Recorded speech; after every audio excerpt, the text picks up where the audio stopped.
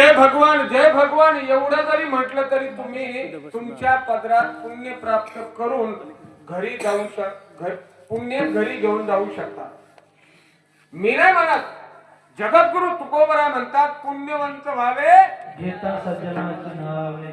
तुम्ही जर या ठिकाणी आले आणि संत महात्म्याचं नुसतं नामस्मरण जरी केलं तरी तुमच्या पदरामध्ये तुम्हाला पुण्य प्राप्त होत. किंवा तुकाराम तुकाराम नाम घेता कापेयम या मंडपात आल्यानंतर तुम्ही नुसतं ज्ञानोबा तुकाराम म्हटलं तरी पण तुम्हाला पुण्याची प्राप्ती होते. हासा संतांचा नाम घेता बाटे पावी रत्ना पावला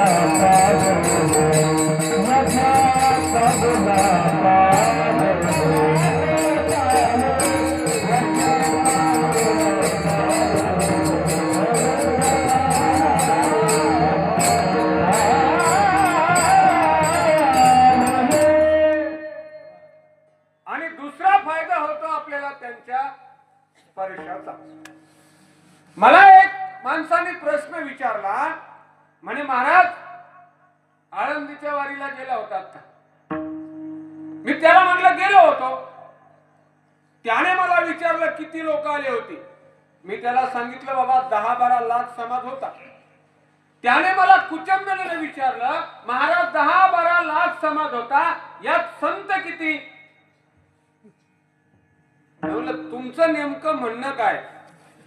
त्याने मला सांगितलं एकही संत नाही. मी त्याला सांगितलं एकही संत नसेल, 100% कोणी संत नसेल, पण कमीत कमी 1%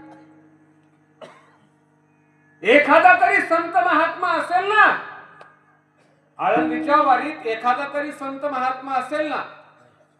मग अशा संत महात्म्याला अशा संत महात्म्याचा आपल्याला नुसता स्पर्श जरी झाला तर हे जीवन अलौकिक बनतं.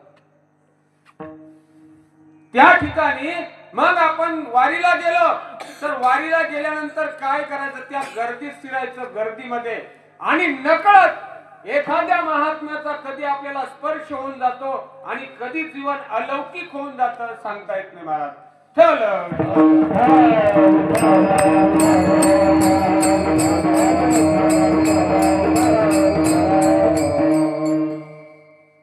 मला एका माणसाने प्रश्न विचारला, म्हणे महाराज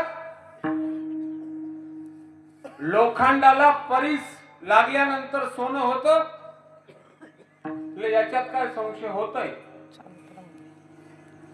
मग तो परीस मला कधी भेटेल?